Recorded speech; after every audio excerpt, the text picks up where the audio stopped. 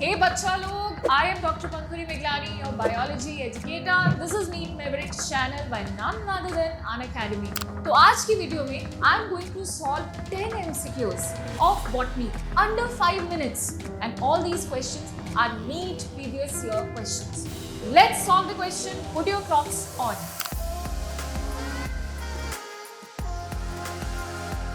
So बच्चा लोग, right in front of you, what we have is previous year questions from NEET paper. हर एक paper में से वो क्वेश्चंस मैंने उठाए हैं जिनमें आपका थॉट प्रोसेस लग सकता है. 2 या 3 क्वेश्चन नीट 2023 से स्टार्ट होकर करीबन नीट 2020 तक के क्वेश्चन उठाए हैं because they are based on new pattern. तो अब मैं इसको अंडर 5 मिनट्स सॉल्व करने वाली हूँ. I am going to start my clock. You should also do it and I'm going to take 30 seconds per question, taking the time considering कि आप बड़ी मेहनत करके पढ़कर 1 या 2 साल एग्जाम सेंटर में बैठे हो. तो भैया पहला क्वेश्चन है मेरे सामने, exile placentation is observed in which of the following. तो फटाफट exile placentation, the only one with multilocular ovary, ma'am ने बताया था सोलेनेसी फैमिली. मैम ने क्लास में टमाटर भी काट के दिखाया था, लेमन भी काट के दिखाया था.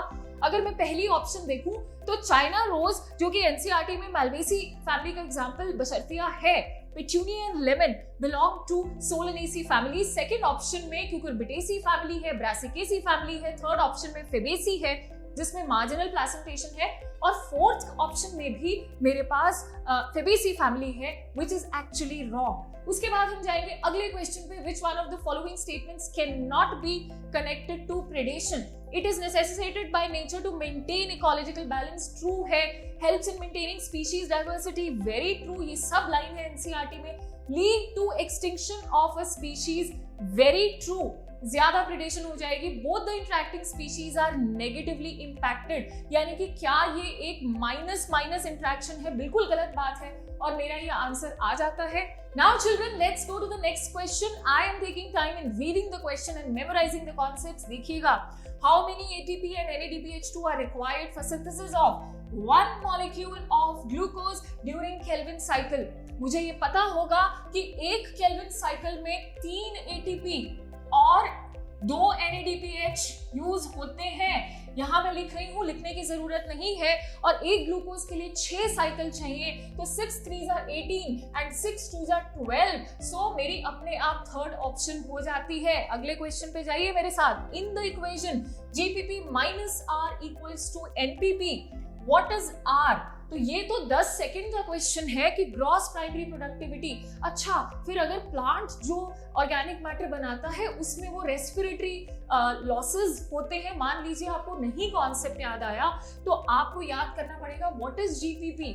It is the total organic matter which is synthesised. उसमें से उसने अपनी रेस्पिरेटरी नीड्स के लिए जो भी सब्ट्रैक्ट किया, तो net primary productivity after respiratory loss is available to the consumer at the next level. Next question, identify the incorrect statement. फटाफट मैं इसको अंडरलाइन करूंगी ताकि नेगेटिव मार्किंग ना हो. Related to pollination, moths and butterflies are the most dominant pollinating agents among insects. पहली statement ही गलत है क्योंकि आप पढ़कर गए हो that these are the most common. In fact, 80% pollination are done by the bees. अगले 5 क्वेश्चन बेटा 5 मिनट से कम में भी सॉल्व हो सकता है क्योंकि मैं ये बात भी आपसे कर रही हूं. Take that in account. ये देखिए, नीट 2022 का क्वेश्चन आपके सामने. The appearance of recombination nodules underline करेंगे on homologous chromosomes during meiosis characterises what. जब भी रिकॉम्बिनेशन नोड्यूल्स आते हैं तो वो ये दिखाते हैं कि यहाँ पे ही क्रॉसिंग ओवर होगी. सो टर्मिनलाइजेशन लास्ट स्टेप नहीं, साइनेप्टोनीमल कॉम्प्लेक्स नहीं, वो क्रॉसिंग ओवर से पहले बनता है to pair them together. Bivalent chromosomes, भाई कॉम्प्लेक्स बनने के बाद हम इनको बोलते हैं bivalents. Sites at which crossing over is going to happen is the recombination nodule. Now kids, let's look at the next question. The first stable product of carbon dioxide fixation in sorghum is what? आपको ये पता है, sorghum is a C4 plant. C4 plant में होगा C4 cycle, और C4 cycle में जिसमें phosphoenol pyruvate carbon dioxide को एक्सेप्ट करता है with the help of enzyme PEPcase, मेरा फर्स्ट स्टेबल प्रोडक्ट बनता है oxaloacetic acid 4 carbon compound OAA, इसीलिए इसको बोला जाता है C4 साइकिल। बहुत इजीली हम नेक्स्ट क्वेश्चन पे जाएंगे 2021। डायाडेल्फिस स्टेमेंस आर फाउंड इन, अगर आप ढंग से भी पढ़ाई करके गए हो तो आपको पता है diadelphy 9+1 condition is a feature of pea family. China rose नहीं है, सिट्रस नहीं है, pea family, pea is the third option. अगला आता है सवाल, in water hyacinth and water lily pollination takes place by, तो ये एक बहुत ही फेमस क्वेश्चन है एनसीईआरटी की लाइन से।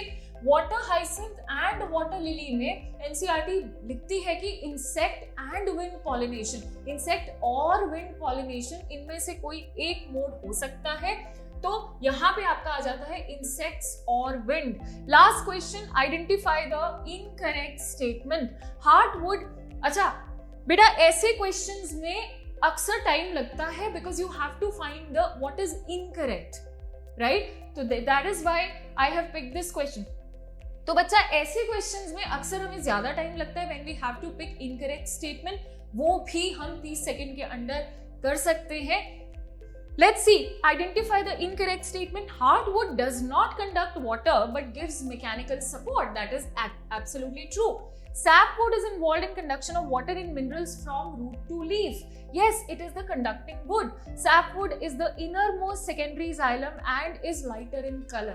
अगर आप इसको ध्यान से पढ़ेंगे तो ये इनर मोस्ट वाला जो एक वर्ड है, इसकी वजह से ये इनकरेक्ट स्टेटमेंट हो जाती है, because sapwood is present at the periphery and hardwood is that secondary xylem which is present in the inner layers. It is the innermost xylem and we get the answer. बेटा I have picked up questions जिसमें आपको सोचने की जरूरत, example based question, incorrect correct based questions, process related questions, इन questions में आपको सोचने की जरूरत पड़ सकती है, but there is a condition to solve questions under 30 seconds. The condition is concept clarity. Concept clarity का बच्चों कोई भी रिप्लेसमेंट नहीं है। कॉन्सेप्ट क्लैरिटी बनती है रिवीजन से, एनसीईआरटी को डिकोडेड तरीके से पढ़ने पर और रेगुलरली क्लासेस अटेंड करने से। तो अपनी मेहनत जारी रखिए, क्लासेस में रोज लाइव आइए, आप भी इतनी आसानी से बायो के क्वेश्चंस सॉल्व कर पाएंगे। सी यू ऑल।